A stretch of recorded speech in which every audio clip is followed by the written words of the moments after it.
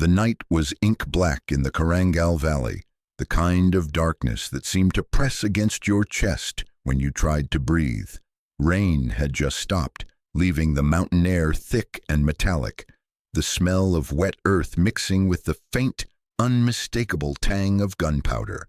Chief Petty Officer Ryan Hale crouched in the mud, his M4 steady against his shoulder. His chest heaved from the sprint uphill, but his mind was cold, surgical.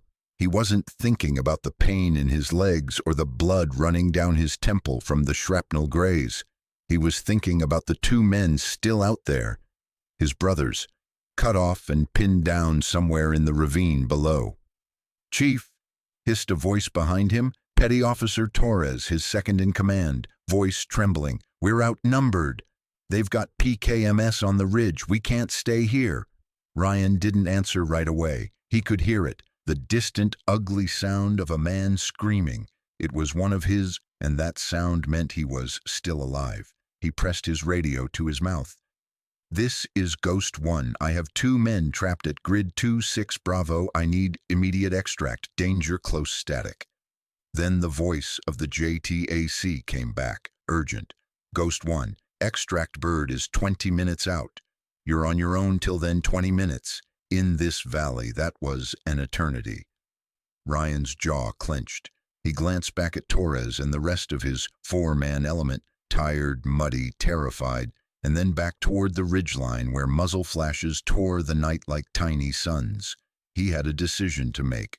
Most men would wait for air support. Most men would hold position, pray their brothers lasted until the bird arrived. But Ryan Hale wasn't most men. He keyed his mic once more. "Hold the ridge. I'm going in." Torres grabbed his arm. "Chief, that's suicide." Ryan gave him a look, calm, steady, the kind that didn't ask for permission. "You hold this line, Petty Officer. No one comes through here. That's an order." And then he was gone, sliding down the muddy slope, disappearing into the jungle-black night. Ryan moved like a shadow, every step placed with the kind of precision that only comes from years of training. Or maybe something deeper, something that can't be taught. His weapon was up, his finger on the trigger, but his mind was 10 steps ahead, mapping every possible angle of attack. The firefight up ahead was still raging. Short, sharp bursts from the PKM, then the desperate answering crack of an M4. He crept closer until he could see them. Petty Officer Griggs lying flat behind a tree, firing in short bursts, blood soaking through his pant leg. Next to him, Miller was barely conscious, half his body hidden under a fallen log, his breathing ragged, and 40 meters beyond them, the enemy. At least 8 fighters, maybe 10, dug into the rocks, firing downhill with the patience of hunters. Ryan's heart thudded once, hard, and then the world went silent, the way it sometimes did for him in combat, as though someone had turned down the volume on life. He crawled closer until Griggs saw him and gave the faintest nod, relief flooding his face. "Chief," Griggs rasped, "Miller's hit bad. He needs a medevac." Ryan looked at Miller. Even in the darkness, he could see the blood pooling, the pale face. They didn't have 20 minutes. Ryan keyed his radio again, whispering, "This is Ghost 1. New coordinates. We'll pop smoke when you're overhead. Be quick." Then he looked back toward the ridge, toward the enemy position silhouetted against the faint moonlight. He could retreat and wait for help. Or he could end this. Now. He chose now. Ryan unclipped the last thing he had left, a single frag grenade, and cradled it in his hand.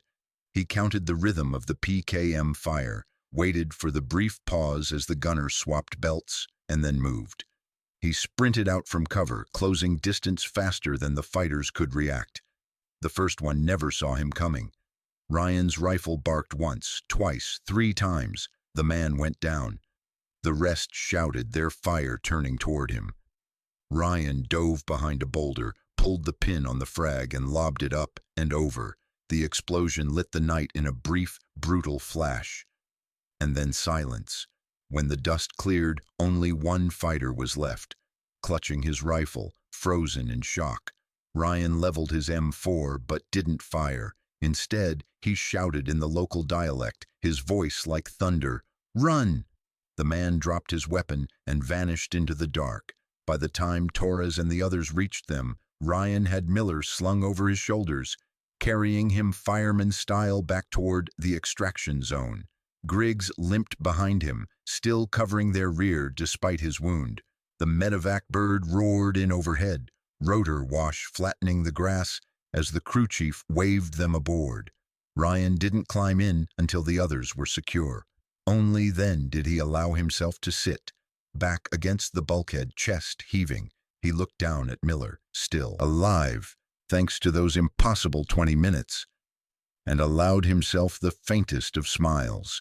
But that smile faded quickly as the helicopter banked hard, banking away from the kill zone. Ryan stared out the open door into the dark valley below. The night swallowed everything, leaving no sign of the firefight that had nearly ended them all. No sign, except the shapes lying still among the rocks.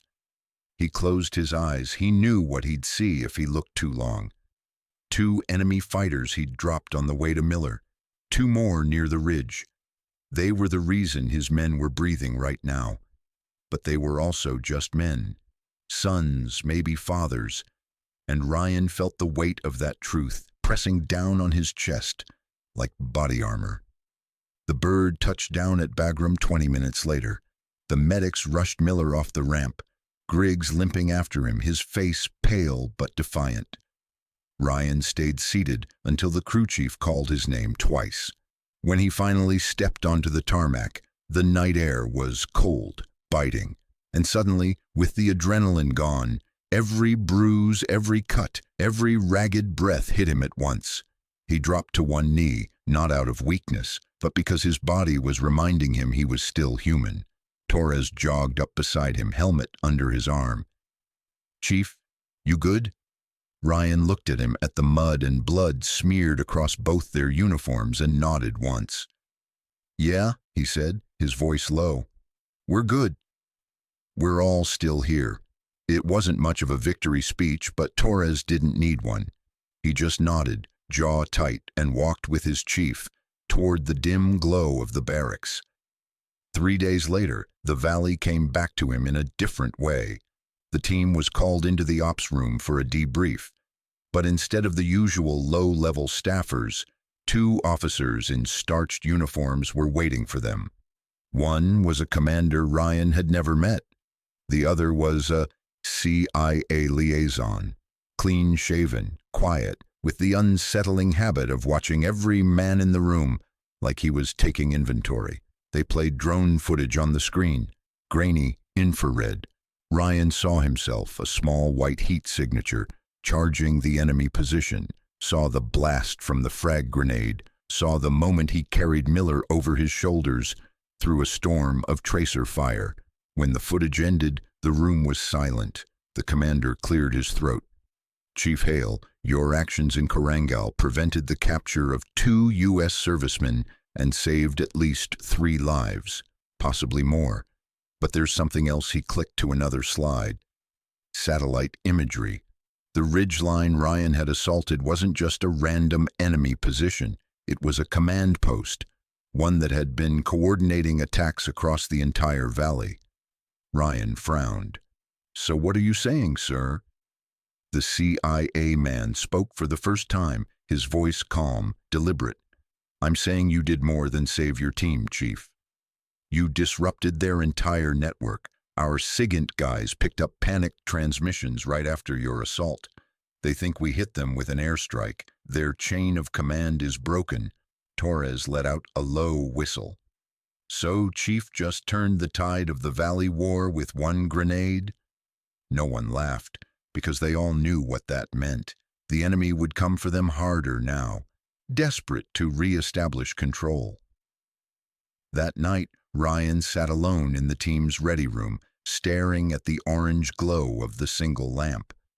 The metal paperwork would come, the formal words about courage and gallantry, but he didn't care about any of that. His thoughts were back on the valley, back on Miller's blood soaking into the earth, back on the sound of the PKM hammering the night sky like a war drum. Torres found him there just before lights out. "You ever gonna sleep, Chief?" Ryan didn't look up.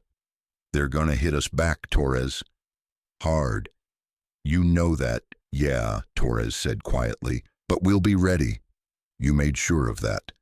Ryan finally looked at him, the faintest ghost of that earlier smile flickering across his face. "Get some rest," he said. "Tomorrow we train. And the next day, until we're sharper than we've ever been. Because the valley wasn't done with them. And Chief Ryan Hale wasn't done with the valley."